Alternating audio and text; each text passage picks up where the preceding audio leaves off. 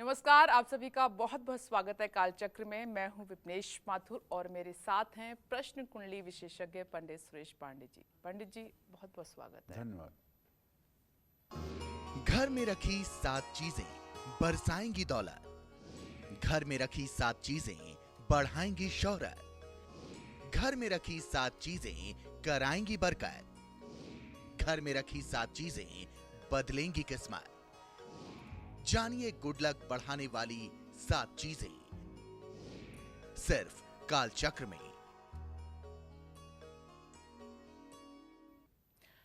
जीवन में तरक्की और खुशहाली की चाह भला किसे नहीं होती। कौन नहीं चाहता कि आने वाले दिनों में वो सफलता की सीढ़ियां चढ़ता जाए, जीवन में आगे बढ़े और सफलता हासिल करे। और इसी चाहत को पूरा करेंगी 7 चीजें जिन्हें आपको अपने घर की एक खास दिशा में रखना या लगाना है। वो कौन सी 7 चीजें हैं जो आपको पैसा, प्यार, पावर, प्रॉपर्टी और हर तरह की सफलता दिला सकती हैं। यही आज कालचक्र में पंडित जी आपको बताने वाले हैं। और इसके अलावा अगर आपका मन में कोई सवाल आता है, आपके मन में कोई भी सवाल आपका है, तो आप हमें फोन कर सकते हैं। हमारा नंबर नोट कर लीजिए, नंबर है 0120-665-2411। आइए आज की अपनी खास चर्चा की शुरुआत करते हैं। आज हम कालचक्र में उन 7 चीज़ों की बात करने वाले हैं जिन्हें घर में रखने से आपकी किस्मत बदल सकती है। तो चलिए चर्चा की शुरुआत करते हुए सबसे पहले बात करते हैं उस चीज़ की जिसे घर में रखने से माँ लक्ष्मी की कृपा मिलती है, सुख संपन्नता आती है और घर में मांगलिक कार्य जो हैं पूरे होते हैं। पंडित जी से जानते हैं। पंडित जी, पहली वो चीज़, 7 चीज़ों में से पहली वो चीज़ कौन सी हम घर में रखें जिससे माँ लक्ष्मी की कृपा हमें मिले? देखिए, सनातन धर्म के पूजा पाठ के अनुष्ठान के अंतर्गत जब भी कोई छोटा बड़ा अनुष्ठान किया जाता है तो उसमें एक कलश की स्थापना जरूर की जाती है जी। बिना कलश के सारी पूजा अधूरी होती है। चाहे विवाह में द्वार 4 का कार्यक्रम हो, वहां भी एक कलश रखा जाएगा। चाहे सत्यनारायण भगवान की पूजा हो, उसमें भी कलश रखा जाएगा। चाहे 9 दिन का नवरात्र व्रती हो, वो भी कलश रखेगा। और चाहे बड़े यज्ञ हों, सतचंडी, सहस्त्रचंडी, अयुचंडी, लक्षचंडी, उसमें भी कलश रखे जाएंगे।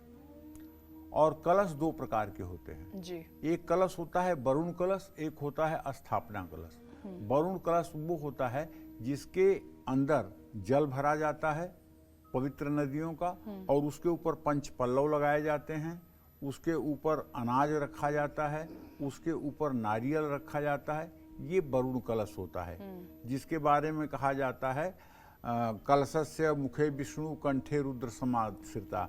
मुंह पर उसके विष्णु का वास, कंठ में शिव का वास, और उसके कोख में जो है 7 समुद्रों का वास माना जाता है जी। और एक होता है स्थापना कलश।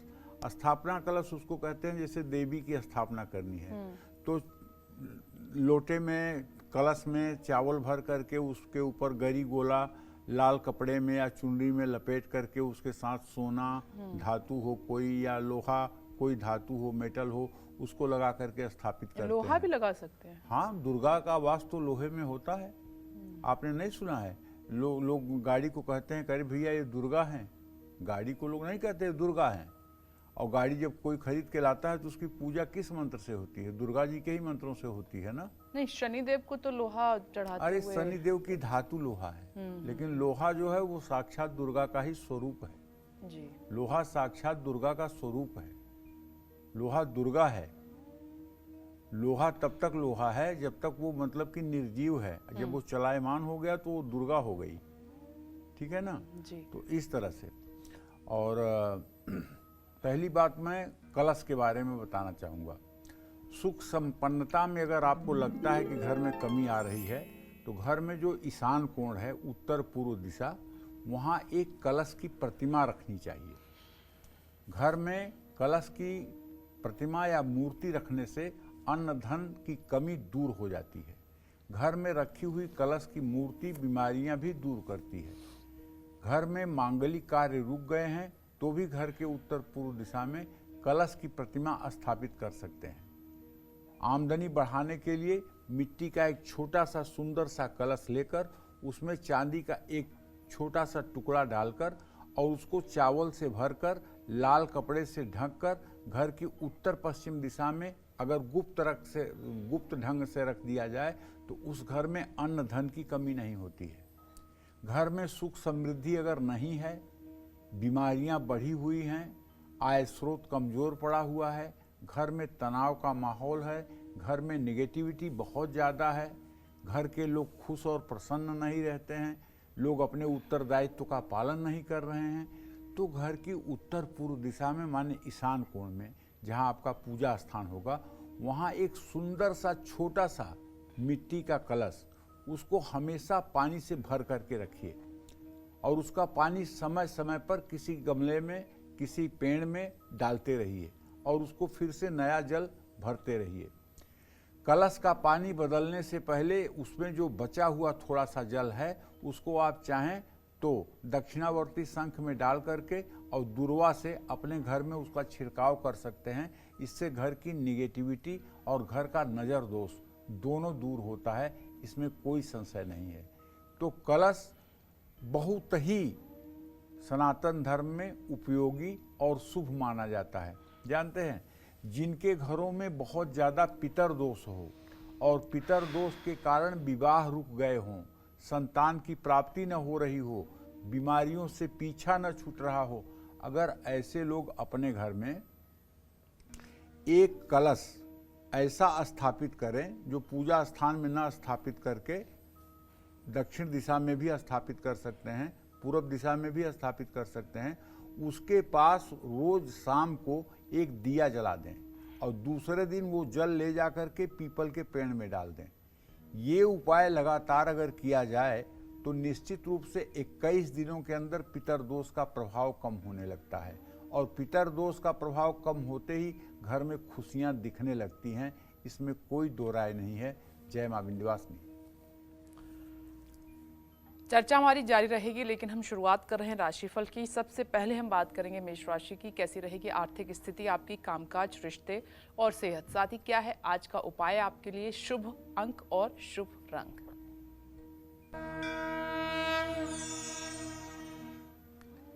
देखिए, मेष राशि के जातकों को बताना चाहूंगा कि आपके व्यय भाव में सूर्य, राहु, बुध ये तीन ग्रह हैं और आपका व्यय आपके राशि में है।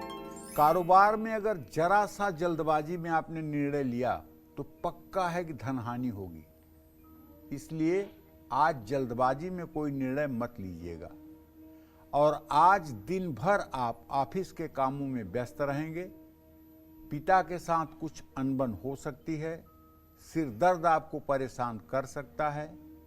किसी नई योजना में निवेश आज आपको नहीं करना चाहिए। जरूरतमंदों में अन्नदान करना चाहिए। शुभ अंक आपके लिए 2 है, शुभ रंग आपके लिए नारंगी है। जय मां विंध्यवासिनी। चर्चा को आगे बढ़ाते हुए बात करते हैं कि घर में कौन सी चीज रखने से घर के सदस्यों की बल, बुद्धि और यश कीर्ति बढ़ती है।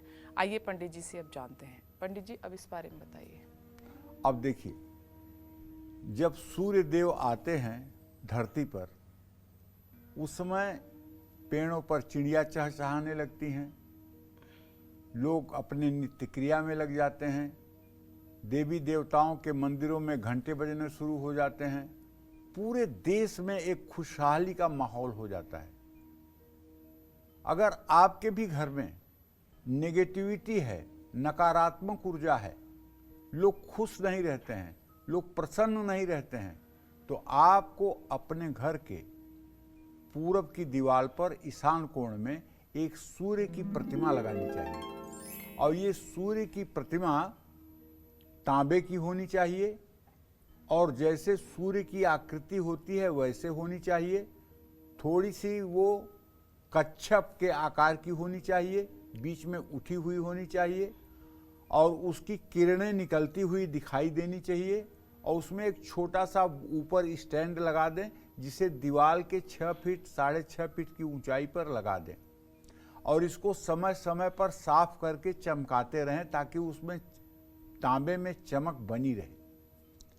तो घर में लगाने से शक्तिशाली प्रभाव उत्पन्न होता है। जिन लोगों की आंख उस प्रतिमा पर जाएगी उन्हें निश्चित रूप से सकारात्मक ऊर्जा मिलेगी। घर में लगी सूर्य की प्रतिमा बल, बुद्धि को बढ़ाती है, इससे कॉन्फिडेंस लेवल बहुत मजबूत होता है और निगेटिविटी से तो पीछा छूट जाता है। यश कीर्ति की प्राप्ति होती है। तांबे से बनी सूर्य प्रतिमा को ही घर में लगाना चाहिए, ये बात ध्यान रखने योग्य है।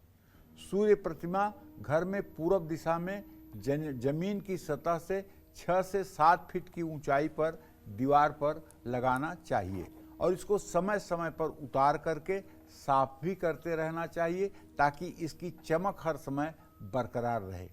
निश्चित रूप से आप विश्वास करिए, सूर्य की प्रतिमा अगर बहुत अच्छी आपने लगा ली है तो आप जब अपने पूजा स्थान में बैठेंगे और सूर्य की प्रतिमा का 2 मिनट भी ध्यान करेंगे तो आपके अंदर से बड़ी सकारात्मक ऊर्जा आएगी, आह्लाद होगा आपके मन में, खुशी आएगी आपके मन में। और 2 मिनट की खुशी कोई कम नहीं होती है, खुशी खरीदी नहीं जा सकती है।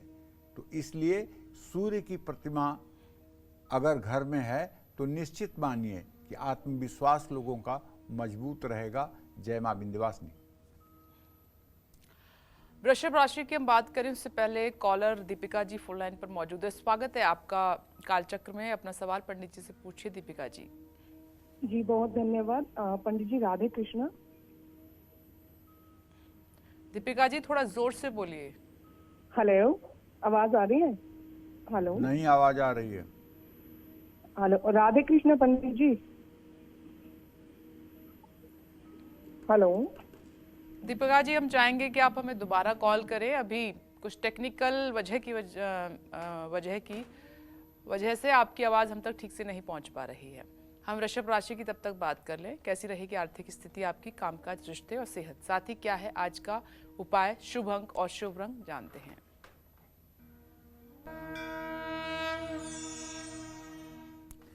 वृषभ राशि के जातकों को बताना चाहूँगा कि देखिए, आपके आय स्रोत का स्वामी बृहस्पति व्यय भाव में बैठा हुआ है और व्यय भाव का स्वामी मंगल आपके आजीविका भाव में बैठा हुआ है।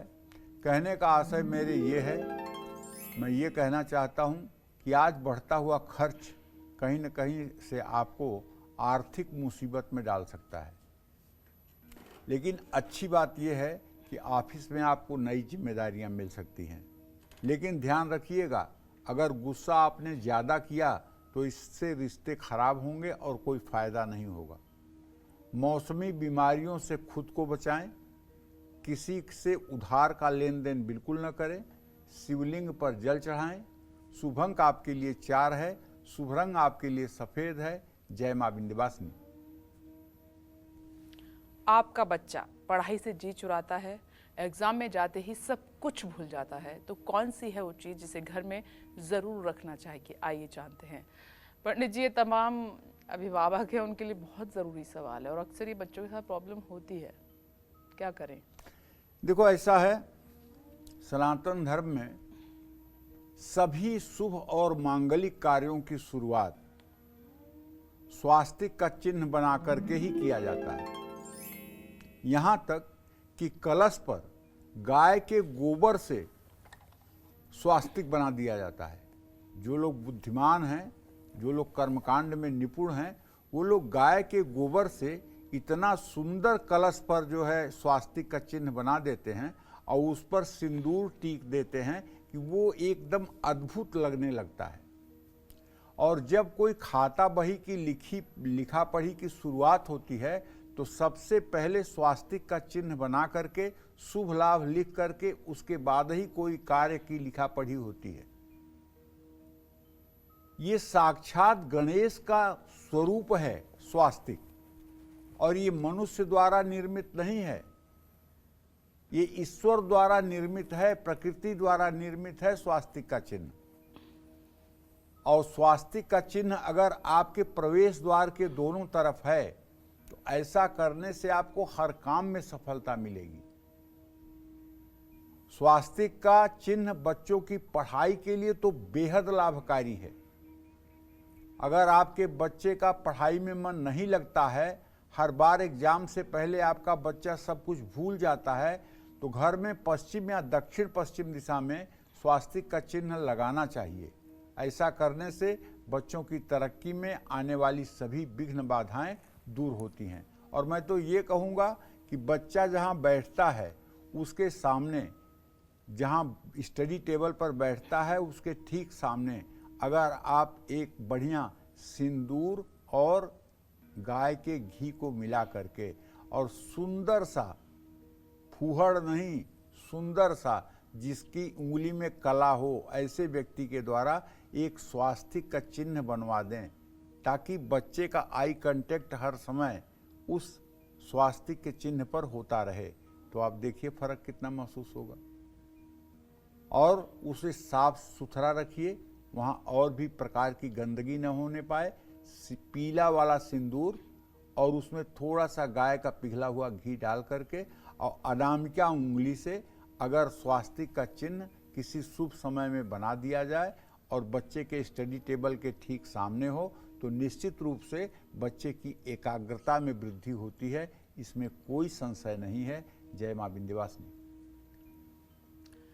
प्रीति जी इस वक्त हमारे साथ फोन लाइन पर मौजूद हैं। स्वागत है आपका काल चक्र में। अपना सवाल पंडित जी से पूछिए। प्रीति जी।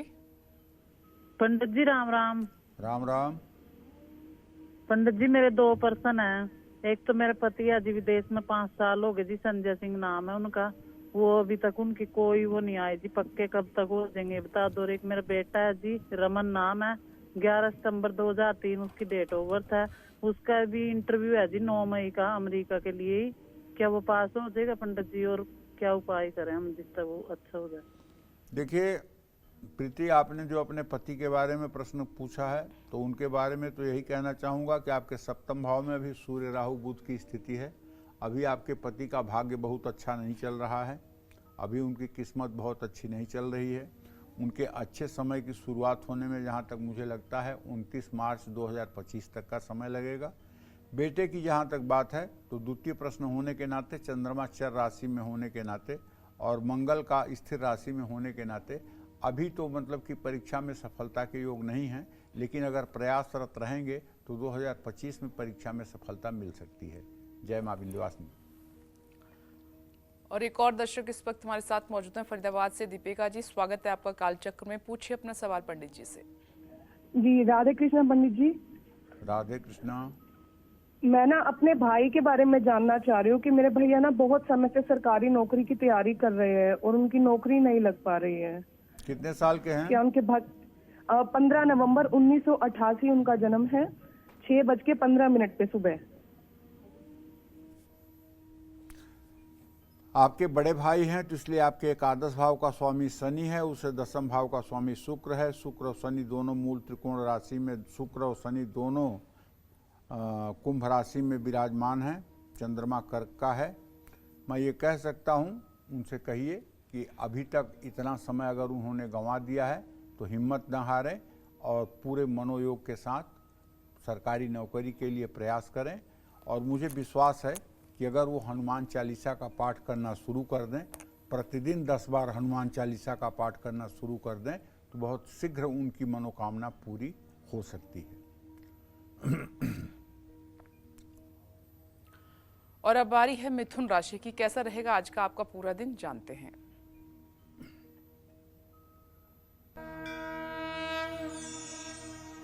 मिथुन राशि के जातकों को बताना चाहूंगा कि आपके द्वितीय भाव में स्वगृही चंद्रमा है।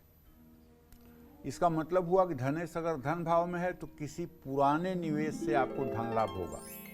जहां आपने पहले से कोई पूंजी लगाई होगी उससे आपको धन लाभ होगा। नई नौकरी के लिए बुलावा आ सकता है। किसी पुराने दोस्त से मुलाकात होगी। घुटनों का दर्द आपको परेशान कर सकता है।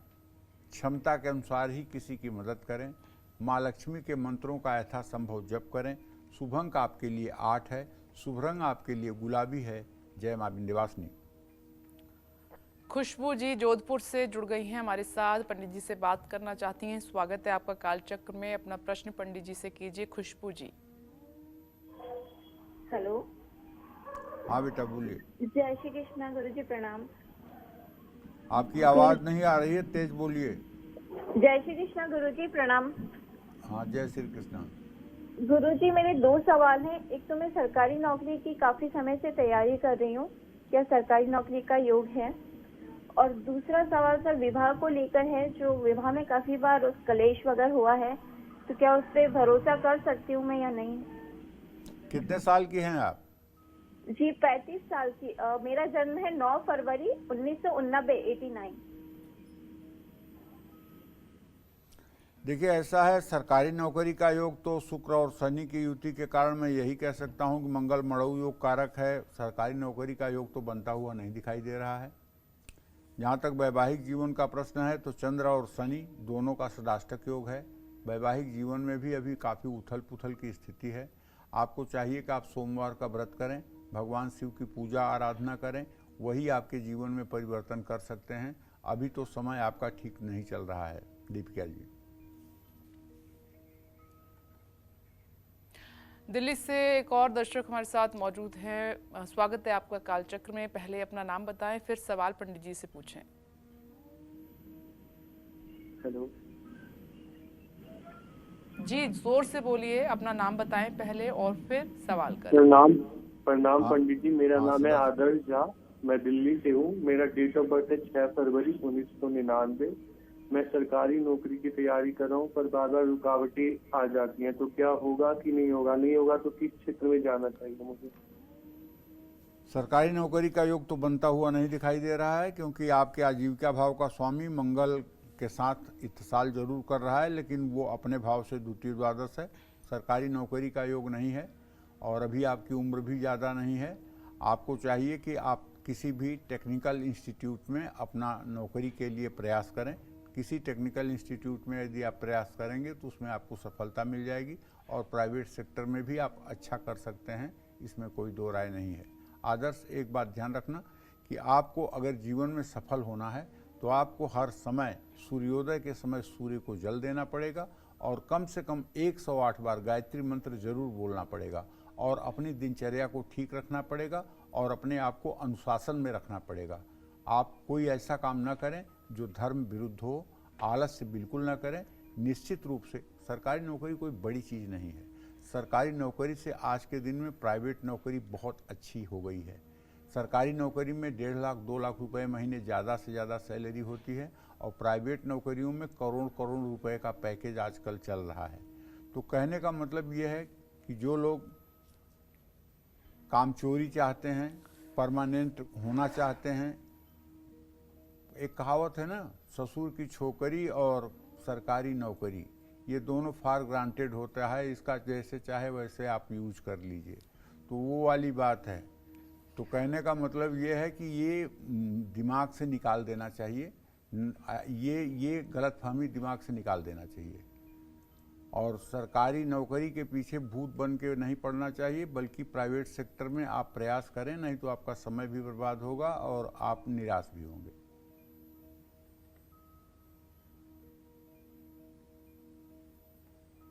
और अब बात करते हैं कर्क राशि की। कैसा रहेगा आज का पूरा दिन आपका, जानते हैं।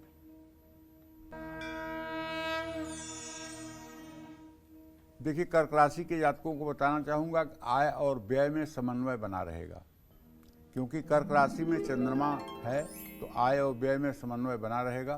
किसी बड़े कार्य में सफलता हासिल होगी। घर में मेहमान आ सकते हैं। ब्लड प्रेशर के रोगी अपना खास ध्यान रखें। किसी से धोखाधड़ी बिल्कुल ना करें। पानी में गंगा जल डालकर स्नान करें। शुभ अंक आपके लिए 5 है। शुभ रंग आपके लिए गोल्डन है। जय मां विंध्यवासिनी। कुछ खास सिंबल्स और स्टेटस को घर में खास दिशा में रखकर, स्टैचूज को घर में खास दिशा में रखकर कामयाबी के शिखर तक पहुंचा जा सकता है। और इसीलिए पंडित सुरेश पांडे जी आज आपको ऐसी 7 चीज़ों के बारे में बता रहे हैं जिन्हें घर में रखने से आपकी किस्मत के बंद दरवाजे खुल सकते हैं। अब तक पंडित जी ने आपको 3 चीज़ों के बारे में बता दिया है। चलिए अब उस चौथी चीज़ के बारे में पंडित जी से जानते हैं, जिसे घर में रखने से पैसों की तंगी दूर होगी, आपका बिजनेस बढ़ेगा और लंबे समय से अटका हुआ लोन क्लियर आपका हो जाएगा। पंडित जी बताइए। देखिए, घोड़े जो है वो गति के प्रतीक हैं। आज मोटरें भी बन रही हैं, कार भी बन रही है, तो उसमें एचपी जरूर है, हार्स पावर जरूर है। मतलब घोड़े की शक्ति से ही उसके भी पावर का मूल्यांकन किया गया है। ये कितने एचपी का है, ये कितने एचपी का है। एचपी का मतलब हार्स पावर, घोड़े की जो शक्ति है। सफेद रंग सर्वोत्तम गुणवत्ता का प्रतीक माना जाता है। इसलिए आपको अपने नए या पुराने बिजनेस के लिए अगर पैसों की जरूरत है तो आपने इसके लिए अगर बैंक से लोन का आवेदन किया है लेकिन वो क्लियर नहीं हो रहा है, तो सफ़ेद घोड़ों की चांदी से बनी प्रतिमा का जोड़ा घर की उत्तर पश्चिम दिशा में आप जमीन पर रखें या एक छोटा सा स्टूल रख करके उसके ऊपर रखें, टेबल रख करके उसके ऊपर रखें। उत्तर पश्चिम में रखी गई अलमारी पर भी आप रख सकते हैं। घर में रखी घोड़ों की मूर्ति का मुंह दक्षिण पूर्व दिशा की ओर होना चाहिए। घोड़ों की ऐसी प्रतिमा घर में रखें जिसमें वो दौड़ते हुए दिखाई दें। ऐसा करने से आपके कारोबार में दिन दोगुनी रात चौगुनी तरक्की हो सकती है। या दूसरा एक उपाय बताते हैं, यदि आपका कार्य बहुत विस्तार पर है, आपका काम बहुत फैल चुका है, नाम यश कीर्ति आपके संस्था की बहुत बढ़ चुकी है, लेकिन अब कुछ ऐसे अवरोध आ रहे हैं जिससे भविष्य संकट में दिखाई दे रहा है। होता है ना, एक समय होता है जब आदमी राजा होता है और एक समय ऐसा आता है कि वही राजा आदमी कहीं का नहीं रह जाता है। पुरुष बली होत नहीं, समय होत बलवान। समय बड़ा बलवान होता है। यहाँ भगवान राम पैदा हुए, उनको भी 14 साल का वनवास हुआ। भगवान कृष्ण पैदा हुए तो उन्हें भी कितना ऊंच नीच देखना पड़ा।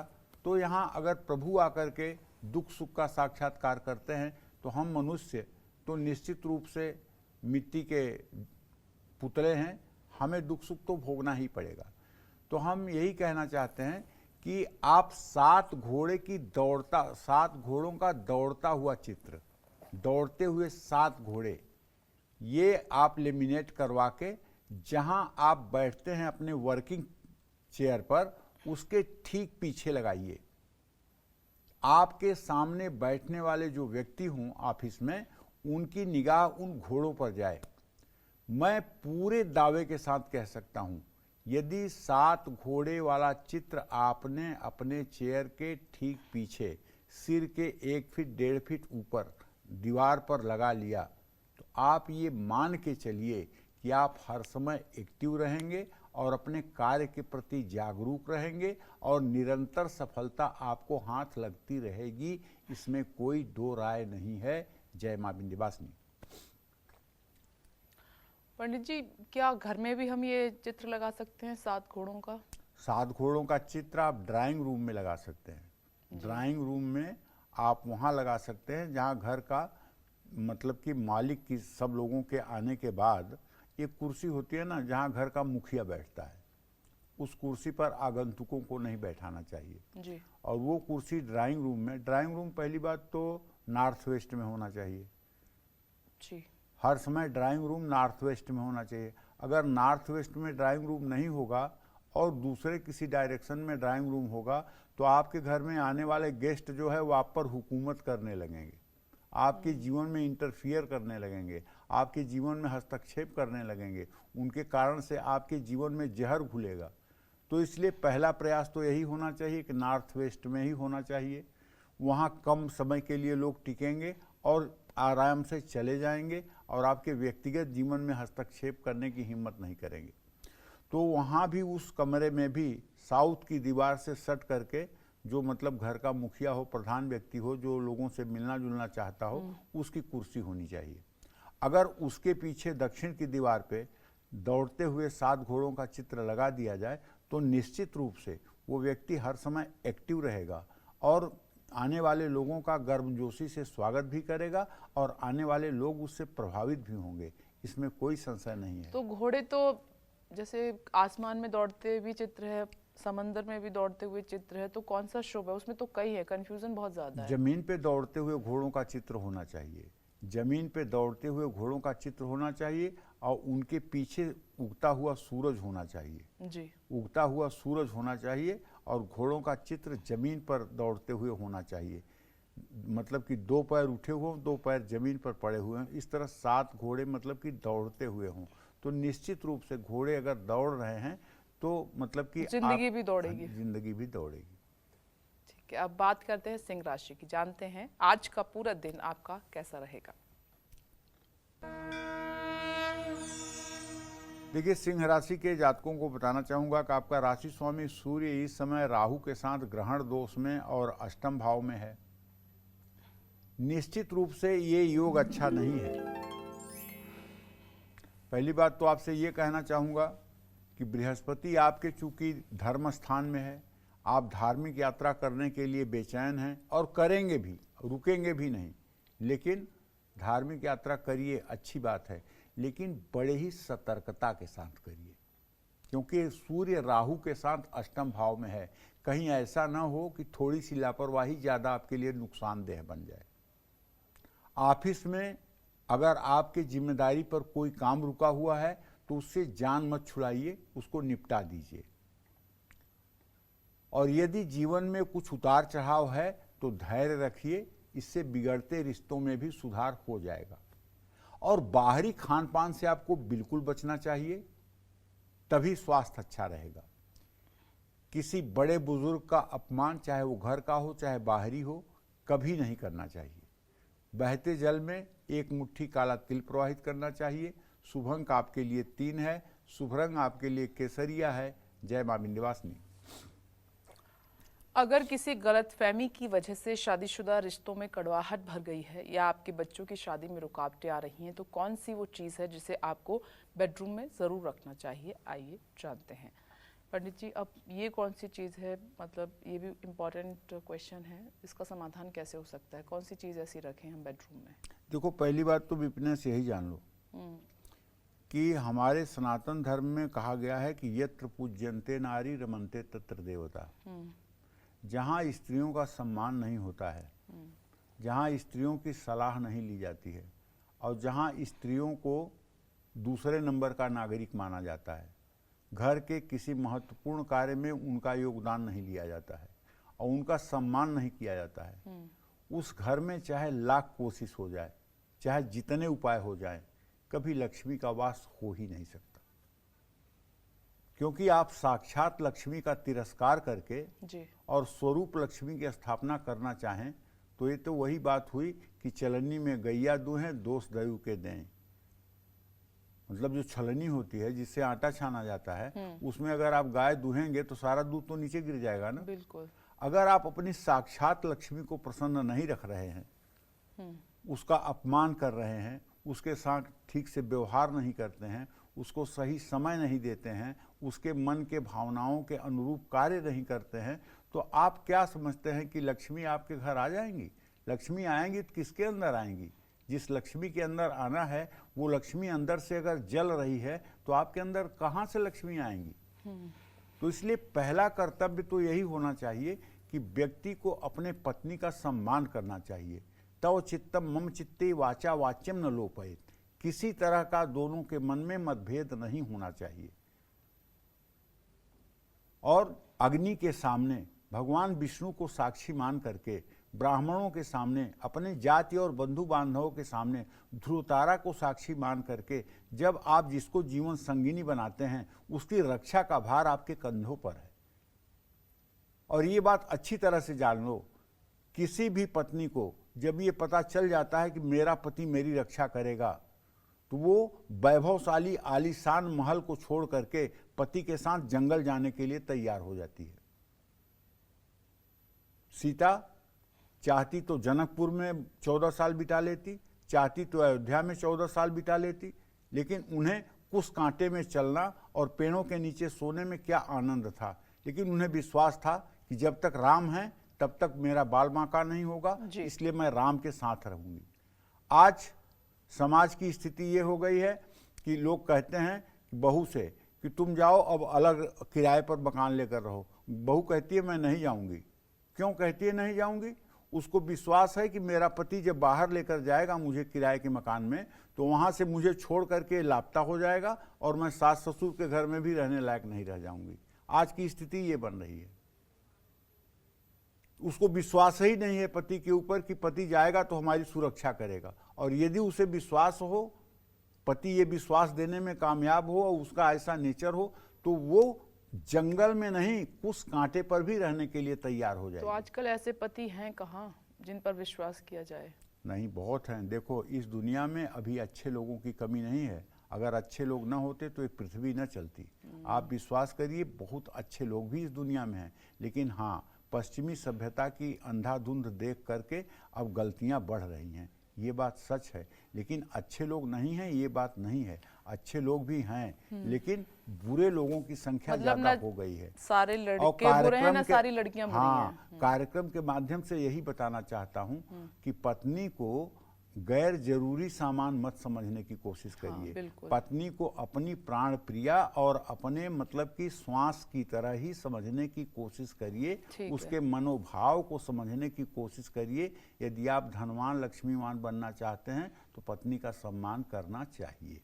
जी बिल्कुल। देखिए, अगर किसी गलतफहमी के कारण पति पत्नी के रिश्ते बिगड़ रहे हैं, वैवाहिक जीवन में तनाव बना रहता है, तो अपने बेडरूम में प्लास्टर ऑफ पेरिस से बनी लव बर्ड्स की मूर्ति आप रख सकते हैं। अगर आपके बच्चों की शादी में देरी हो रही है तो बच्चों के कमरे में दक्षिण पश्चिम दिशा में भी लव बर्ड्स की मूर्ति रख सकते हैं। ये लव बर्ड्स आप नया शब्द सुन रहे हैं, इनको कहते हैं हिंदी में प्रेमी परिंदा।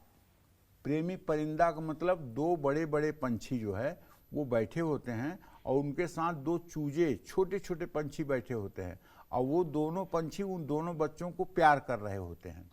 ये फेंगशुई का सामान है, ये फेंगशुई की एक चीज़ है और ये मार्केट में मिल जाएगी और मिलती भी है। इसका चित्र भी आप लगा सकते हैं और इसकी अगर आपको मूर्ति मिल जाती है तो वो भी आप लगा सकते हैं। इसको रखने से आँखों में शीतलता आती है और बच्चों के लिए और परिवार के लिए ये बड़ा शुभकारी माना जाता है। इससे बच्चों के शादी के योग बनने लगते हैं, उन्हें अच्छे योग्य जीवन साथी की प्राप्ति हो जाती है और जीवन में सब कुशल मंगल हो जाता है। जय मां विंध्यवासिनी। अब बात कन्या राशि की करते हैं। कैसे रहेगी आपकी आर्थिक स्थिति, कामकाज, रिश्ते, सेहत, साथ ही क्या है आज का उपाय, शुभ अंक और शुभ रंग आपके लिए?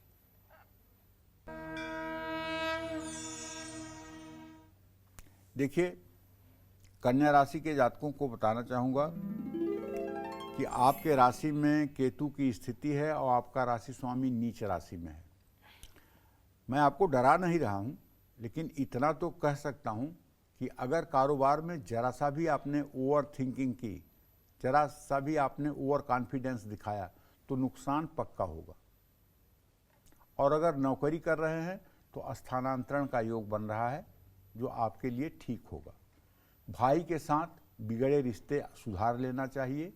नींद से जुड़ी कोई समस्या हो सकती है। व्यर्थ का कोई वाद विवाद नहीं करना चाहिए। गंगा जल से शिवलिंग का अभिषेक करना चाहिए। शुभ अंक आपके लिए 9 है। शुभ रंग आपके लिए आसमानी है। जय मां विंध्यवासिनी। और कौन सी वो चीज़ है जिसे घर में रखने से हमारी हर इच्छा पूरी होती है और घर से नेगेटिव एनर्जी दूर होती है, साथ ही सभी दुख और चिंताएं भी दूर हो जाती हैं? अब पंडित जी से आपके लिए ये जानने की कोशिश करते हैं, तो नेगेटिव जो एनर्जी है उसको दूर करने के लिए कौन सी चीज़ रखें? देखिए, अपनी सभी इच्छाओं को पूरा करने के लिए घर में उत्तर पश्चिम दिशा में जमीन पर पीतल से बनी कामधेनु गाय की प्रतिमा रखनी चाहिए। कामधेनु गाय की प्रतिमा रखने से सभी दुख और दरिद्रता दूर होती है। घर में अगर पीतल की बनी कामधेनु की सचमुच में आपको मूर्ति मिल जाए और उसको आप अपने घर में रख लें एक टेबल पर, तो विश्वास करिए आपके घर की सारी नकारात्मक ऊर्जा दूर हो जाती है। वास्तु दोष को दूर करती है ये कामधेनु गाय, घर में बरकत लाती है। कामधेनु गाय का एक लक्षण आप जान लीजिए कि उसकी पूंछ जो है वो जमीन को स्पर्श करती रहती है। अगर पूंछ जमीन को स्पर्श नहीं कर रही है तब वो कामधेनु गाय नहीं है, तब वो सामान्य गाय है। और अगर पूंछ जमीन को स्पर्श कर रही है तो वो कामधेनु गाय है, इसमें कोई संदेह नहीं है। जय मां विंध्यवासिनी। जयपुर से तारा सिंह जी इस वक्त हमारे साथ मौजूद हैं। स्वागत है आपका कालचक्र में। अपना प्रश्न पंडित जी से पूछिए। तारा सिंह जी। हाँ पंडित जी, चरण स्पर्श पंडित जी। हाँ, सदा सुखी रहिए पंडित जी। मेरे 2 प्रश्न है। मेरे एक तो बड़ी बेटी के है जिसका नाम जन्म है 19 अक्टूबर का 92 का जन्म 3 का जन्म है। वो जुडिशरी की तैयारी कर रही है, तो उसकी नौकरी का क्या योग है? सरकारी नौकरी लग जाएगी क्या? दूसरा है मेरे बेटे के लिए, जिसका आपने पहले बताया था उपाय कि उसका नवरात्रों में सप्तशती के 10 पाठ करा दो, हमने करा दिए थे। और उसका है ना वो एंगेजमेंट तो हो गया है, शादी का जो कब का है, वो शादी कैसी रहेगी? 2 प्रश्न। देखिए, ऐसा है कि आपके पुत्री भाव का स्वामी जो है तारा सिंह जी, आपके पुत्री भाव का स्वामी जो है वो है शनि, और उससे 10वें भाव का स्वामी है मंगल। तो मंगल और शनि की युति बनी हुई है। अगर ये मेहनत करेगी तो नौकरी में कोई दो राय नहीं है कि इसको नौकरी न मिल जाए। लेकिन एक बात जान लीजिए कि कभी कभी योग होते हुए भी योग फलित नहीं होते हैं, क्योंकि कर्म भी करना पड़ता है। बिना कर्म के कुछ नहीं होता है। और अगर ये कर्म करेगी और कर्म करने के साथ साथ नित्य दुर्गा की आराधना करेगी, नित्य दुर्गा चालीसा का पाठ करेगी और तन्मयता के साथ अपनी तैयारी करेगी, तो निश्चित रूप से मार्च 2025 के पहले इसकी नौकरी हो जाएगी। जहाँ तक बेटे के विवाह का प्रश्न है, तो दूसरा प्रश्न चंद्रमा के कारण मंगल और शुक्र की स्थिति साथ है। विवाह आप अभी से लेकर के नवंबर दिसंबर तक कभी भी कर सकते हैं। विवाह का योग बना हुआ है, कोई रुकावट नहीं है। जय मां विंध्यवासिनी। अब बात कर लेते हैं तुला राशि की। कैसा रहेगा पूरा दिन आपका, जानते हैं।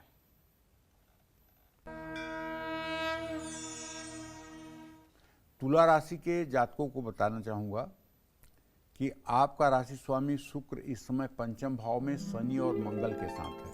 आपके आजीविका स्थान में चंद्रमा है। कुल मिलाकर के रुका हुआ पेमेंट आपका मिलने का संयोग बना हुआ है। अगर कोई विदेश में आपका कंसाइनमेंट फंसा हुआ था, जिसका पेमेंट नहीं रिलीज हो रहा था, वो आपको मिल जाएगा। अगर किसी सरकारी कामकाज में आपका पेमेंट फंसा हुआ है तो वो मिल जाएगा। और काम से जुड़ी कोई आपको यात्रा भी करनी पड़ सकती है। पारिवारिक विवाद भी खत्म होंगे। लेकिन एक बात ध्यान रखिएगा, शुक्र शनि और मंगल के साथ है और आपके 6ठे रोग स्थान में बुध राहु बृहस्पति है। चोट चपेट लगने की संभावना है, इससे सावधानी बरतिए। खास करके अगर सड़क पर पैदल चल रहे हैं तो सोच समझ करके सड़क पर चलें और गाड़ी चलाते समय सतर्क रहें। कच्चे दूध से हो सके तो शिवलिंग का अभिषेक करें। शुभ अंक आपके लिए 2 है, शुभ रंग आपके लिए हरा है। जय मां विंध्यवासिनी। आप नौकरी पेशा हैं और आपको कार्यक्षेत्र में लगातार परेशानियों का सामना करना पड़ रहा है, तो आपको घर में कौन सी चीज़ रखनी है जिससे आपकी परेशानी जल्दी से जल्दी दूर हो जाए, आइए जानते हैं। तो ये जितने भी नौकरी पेशा लोग हैं उनके लिए सवाल, पंडित जी कौन सी चीज़ रखें अगर वो प्रॉब्लम फेस कर रहे हैं अपने फील्ड में? तो देखिए, नौकरी पेशा लोगों को तो यही कहना चाहूँगा कि कार्य क्षेत्र में अगर आपको परेशानियाँ बढ़ रही हैं तो घर के पश्चिम या उत्तर पश्चिम दिशा में टेबल या ज़मीन पर मिट्टी से बनी एक हिरण की प्रतिमा रख लीजिए। ऐसा करने से आपके ऑफिस से नकारात्मक ऊर्जा दूर होगी और सभी लोगों का काम में मन लगने लगेगा। ये आपको अपने ऑफिस में ही रखना है। एक छोटा सा प्यारा सा हिरण, उसे अपने टेबल पर पश्चिम उत्तर के कोने पर लगा करके रख दीजिए, जो देखने में सुंदर भी लगेगा और वहाँ बैठने वालों का मन भी खुश रहेगा और उससे आपके व्यावसायिक प्रगति के भी मार्ग खुलेंगे। देखिए, सब चीज़ें ये उपाय क्यों की जाती हैं? ये उपाय सिर्फ इसलिए की जाती है कि आँखों को सुकून मिले, मन मस्तिष्क को शांति मिले। शांत मन ही अच्छे कार्य को कर सकता है। बेचैन मन कभी प्रगति नहीं कर सकता। दुखी मन से कभी आप कोई हर्ष का काम नहीं कर सकते। निराश मन कभी सफलता नहीं प्राप्त कर सकता। हर चीज़ें जो मैंने आपको बताई हैं, ये सारी चीज़ें मन की स्थिति को सकारात्मक बनाने की हैं। मन स्थिति को सकारात्मक बनाए, आपके आत्मविश्वास को बढ़ाए, इसीलिए ये वस्तुएं आपको बताई गई हैं। ऐसा नहीं है कि ये वस्तुएं कुछ ऐसी हैं जो जाकर के कोई तूफान मचा देंगी, ना। इनका सिर्फ इतना काम है कि इसको देख करके आपको सुकून महसूस होगा, आपको एक बहुत अच्छी फीलिंग आएगी आपके मन में और आप उत्साहित होंगे और आप अपने कार्य को ठीक ढंग से करेंगे। बस इसीलिए सारे उपाय सनातन धर्म में किए जाते हैं कि मनुष्य का मन ठीक रहे। मन एवं मनुष्याणाम कारण बंध मोक्षो। मनुष्य का मन ही जो है बंधन और मोक्ष का कारण है।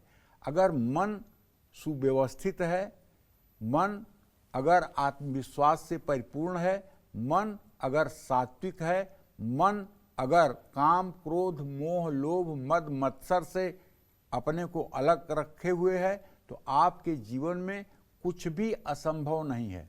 और एक बात जान लीजिएगा, मन जैसा दुश्मन कोई हो नहीं सकता। जितनी भी गलत काम आप करते हैं जीवन में, चोरी हत्या डकैती बलात्कार व्यभिचार झूठ बोलना फरेब करना 420 करना, ये सब मन करवाता है और उसी का परिणाम है पूरे भारत की जेलें भरी हुई हैं। केवल मन के वशीभूत होकर लोगों ने अपराध किया है और आज जेलों में सड़ रहे हैं। तो इसलिए अपने मन से हर समय सावधान रहना चाहिए। ये 2 मिनट में धार्मिक बना देता है और 2 मिनट में पतित कर देता है। इसलिए मन को हर समय बुद्धि से जोड़ कर रखिए और मन की बात को पहले समझिए कि ये शास्त्र सम्मत है, धर्म सम्मत है, ये मतलब कि समाज के हित में है। अगर हाँ तो ठीक, अगर नहीं, नहीं मानेंगे तुम्हारी बात, हम तुम्हारे कोई गुलाम नहीं हैं। वहीं बुद्धि से उसको ब्रेक लगा दीजिए और जब मन का संकल्प विकल्प नहीं होगा तो आप कोई गलत काम आपसे नहीं होगा। तो मन को स्वतंत्रता मत दीजिए, आप इसको स्वतंत्र कर देंगे तो ये अनर्थ कर देगा। इसलिए मन पर हर समय बहुत ध्यान देने की जरूरत है। जय मां विंध्यवासिनी। अब बात करते हैं वृश्चिक राशि की। जानते हैं आज आपका पूरा दिन कैसा रहेगा, आपका भाग्य आपका कितना साथ देगा। देखिए, वृश्चिक राशि के जातकों को बताना चाहूंगा, चंद्रमा तो भाग्य स्थान में आ ही गया है, इसमें कोई दो राय नहीं है। लेकिन आपका जो मतलब राशि स्वामी है मंगल, वो इस समय शुक्र और शनि के साथ कुंभ राशि में स्थित है। स्वास्थ्य पर धन खर्च हो सकता है। ऑफिस में आपको चाहिए कि किसी भी एम्प्लॉय से आप विवाद न करें। लंबे समय बाद आपकी अपनों से मुलाकात होगी। स्वास्थ्य ठीक रहेगा। योग प्राणायाम करें। बैंकिंग से जुड़े काम सावधानी से करें। विद्यालय में शिक्षा से जुड़ा सामान आप दान कर सकते हैं। शुभ अंक आपके लिए 7 है। शुभ रंग आपके लिए भूरा है। जय मां विंध्यवासिनी।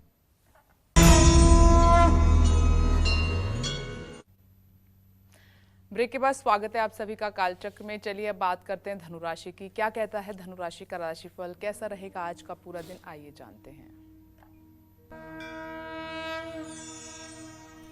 देखिए, अगर आपकी धनु राशि है तो आपके चतुर्थ भाव में भले ही सूर्य राहु और बुध की स्थिति है, लेकिन चतुर्थेश पंचम भाव में है बृहस्पति, और वो लग्नेश है और मंगल से तृतीय एकादश है। पैतृक संपत्ति यदि आपकी कोई है तो उसके मिलने के संयोग बने हुए हैं। अगर आप नौकरी करते हैं तो ऑफिस में आपके काम की तारीफ भी होगी। किसी पुराने दोस्त से मुलाकात होगी। आँखों से जुड़ा कोई रोग हो सकता है। किसी लंबी यात्रा पर जाने से बचें। हनुमान चालीसा का पाठ करें। शुभ अंक आपके लिए 5 है। शुभ रंग आपके लिए गुलाबी है। जय मां विंध्यवासिनी। मकर राशि का राशिफल जान लेते हैं और बात करते हैं कि आज आपका भाग्य आपका कितना साथ देगा।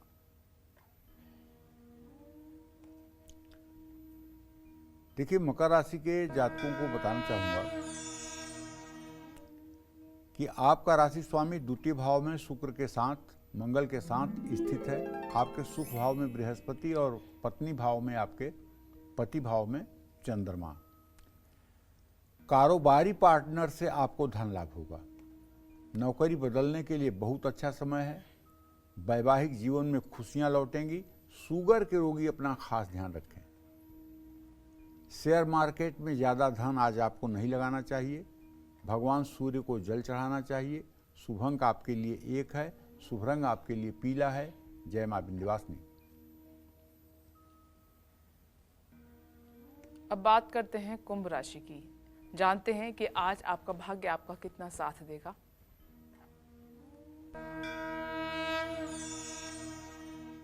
देखिए, कुंभ राशि के जातकों को बताना चाहूँगा कि आपके राशि में शनि शुक्र और मंगल 3 ग्रह का इकट्ठे हैं और आपके धन भाव में सूर्य राहु के साथ बुध भी है। आमदनी के नए स्रोत तो बनते हुए दिखाई दे रहे हैं। ऑफिस में सहकर्मी आपका साथ भी करेंगे। परिवार के संग घूमने का भी प्लान बनेगा। लेकिन पेट से जुड़ी समस्या हो सकती है। नौकरी में बदलाव अगर करना चाह रहे हैं तो ये आपका कदम नुकसानदायक होगा। ज़रूरतमंदों में दवाइयाँ दान करिए। शुभ अंक आपके लिए 9 है, शुभ रंग आपके लिए लाल है। जय मां विंध्यवासिनी। और अब बारी है आज की हमारे ईमेल कुंडली विजेता की। नोएडा की रहने वाली कुसुम त्रिवेदी जी हैं और हमारे साथ इस वक्त फोन लाइन पर मौजूद भी हैं और इन्होंने हमें ईमेल करके अपने पति के बारे में जानना चाहा है। कुसुम जी, आपके पति की जो डिटेल है वो पंडित जी के पास मौजूद है। आपका स्वागत है कालचक्र में। अब आप अपने सवाल पूछ सकती हैं पंडित जी से, पूछिए। पंडित जी प्रणाम। मेरे हस्बैंड का नाम नवीन कुमार त्रिवेदी है। उनका बर्थ डेट है 8 सितंबर 1973, सासाराम बिहार का, और समय है रात का 1 बजे। उनको अपने काम का क्रेडिट नहीं मिलता ऑफिस में, मुझे जहाँ तक लगता है, और उनकी प्रमोशन इस साल हो पाएगा या नहीं। वो नई नौकरी भी ढूंढ रहे हैं, क्या उनको नया काम मिलेगा। और हमने घर देखा था खरीदने के लिए, जो अभी उसके बारे में आगे प्रोग्रेस नहीं हो रहा है। तो क्या वो हमें घर खरीदना चाहिए या हम खरीद पाएंगे या नहीं? देखिए कुसुम जी, सुनिए, मैं आपको बताना चाहूँगा कि आपके पतिदेव मिथुन लग्न में और धनु राशि में पैदा हुए हैं। इनके लग्न में शनि केतु है और इनके सप्तम भाव में राहु चंद्रमा है। हर समय ये कंफ्यूज हुए रहते हैं, इनको क्रेडिट मिले कहाँ से। हर समय ये दुविधा की स्थिति में रहते हैं, डिसीजन लेने में ही हर समय इनको दुविधा बनी रहती है, तो क्रेडिट मिले कहाँ से। दूसरी बात, बृहस्पति नीच का होकर के अष्टम भाव में बैठा हुआ है, उसकी महादशा चल रही है, और नीच का बृहस्पति अष्टम भाव में आजीविका का स्वामी होकर के बैठा हुआ है, उसकी दशा चल रही है, तो उन्नति होगी कहाँ से। दूसरी बात, इसके पहले राहु की महादशा रही और राहु इनकी कुंडली में नीच राशि में सप्तम भाव में है। वो दशा 18 साल थी, वो दशा बिल्कुल ठीक नहीं थी। तो कहने का मतलब अभी तक इन्होंने जितना जीवन जिया है केवल संघर्षों के बल पर ही इन्होंने अपने जीवन को आगे चलाया है। अभी भाग्य का कहीं इनको सहयोग मिला ही नहीं है। अभी भाग्य ने कभी इनके ऊपर मेहरबानी दिखाई ही नहीं है। जहाँ तक नई नौकरी ढूंढने का प्रश्न है, मुझे तो नहीं लग रहा है कि कोई नई नौकरी और अच्छी नौकरी मिलने वाली है। इसी नौकरी में मन लगा करके करना चाहिए, प्रमोशन हो तब भी, ना हो तब भी, क्योंकि समय ठीक नहीं चल रहा है। और हाँ, इतना भी कहना चाहूँगा कि आपको 16 बृहस्पतिवार का पत्नी होने के नाते व्रत करना चाहिए, केले के पेड़ की पूजा करनी चाहिए, बृहस्पतिवार व्रत कथा पढ़नी चाहिए, और हो सके तो 1 दर्जन केला 5 बृहस्पतिवार किसी मंदिर में दान करना चाहिए। और जहाँ तक घर की बात है तो इनका गृहेश जो है बुध है, सूर्य के साथ है। अभी घर लेने में विलंब की स्थिति बनी हुई है। 22 मार्च 2026 के बाद आप अपना अगर घर लेंगी तो आपको आराम से घर हो जाएगा। जय मां विंध्यवासिनी। दिल्ली से दिनेश जी हमारे साथ मौजूद हैं। स्वागत है आपका कालचक्र में। अपना प्रश्न पंडित जी से कीजिए दिनेश जी। हेलो। हाँ दिनेश बोलो। हाँ जी पंडित जी, राम राम जी। पंडित जी, मेरे बेटे का जो है ना नौकरी के बारे में पूछना है कि उसकी जॉब कोई लगेगी, गवर्नमेंट जॉब, वो तैयारी भी कर रहा है। उसका नाम कार्तिक है। 4 जून 2000 उसका डेट ऑफ बर्थ है, सुबह 2:44 जी। 4 जून कौन सा सन है? सन 2000। तो देखिए, ऐसा है कि प्रश्न लग्न में चंद्रमा बैठा हुआ है आपके पंचम भाव में, और 10वें भाव का स्वामी मंगल है। चंद्र मंगल का खराष्टक योग है। बेटे से कहिए निराश न हो, मेहनत करे, तैयारी करे। मुझे तो नहीं लगता कि सरकारी नौकरी मिल पाएगी, लेकिन उसे परिश्रम करना, मेहनत करना बंद नहीं करना चाहिए, तैयारी करना चाहिए। केवल भाग्य के भरोसे होकर के रुकना नहीं चाहिए। लेकिन जहाँ तक ज्योतिष का प्रश्न है तो मुझे नहीं लग रहा है कि सरकारी नौकरी मिल पाएगी। जय मां विंध्यवासिनी। चलिए अपने सबसे स्पेशल सेगमेंट की शुरुआत करते हुए पंडित जी से जानते हैं इलायची के वो खास उपाय जो हमारी किस्मत बदलने की ताकत रखते हैं। पंडित जी, इलायची के बारे में बताइए। देखिए, अगर आपकी जन्म कुंडली में बुध ग्रह कमजोर होगा तो इलायची का सेवन आपको करना चाहिए। बुध ग्रह चौथे भाव में हो, बुध ग्रह अस्त हो, या बुध ग्रह आपके नीच राशि मीन राशि में बैठा हुआ हो, तो ऐसे में 6 इलायची हरे रुमाल में लपेटकर हमेशा अपने पास रखना चाहिए। किसी काम में सफलता चाहिए तो एक छोटी इलायची शिवलिंग पर चढ़ा करके ही काम पर जाएं। वैवाहिक जीवन को सुखी बनाने के लिए हर रोज एक कटोरी में इलायची और जल भरकर पूजा स्थान में रखें। ओम क्लीम कृष्णाय नमः इस मंत्र का एक माला हर रोज जप करें। पूजा करने के बाद घर में जल छिड़कें और सुबह शाम एक इलायची का सेवन जरूर करें। इससे निश्चित रूप से आपको बुध संबंधी ग्रहों का शुभ फल प्राप्त होना शुरू हो जाएगा। जय मां विंध्यवासिनी। अब जानते हैं मीन राशि वाले जातकों का आज का पूरा दिन कैसा रहेगा।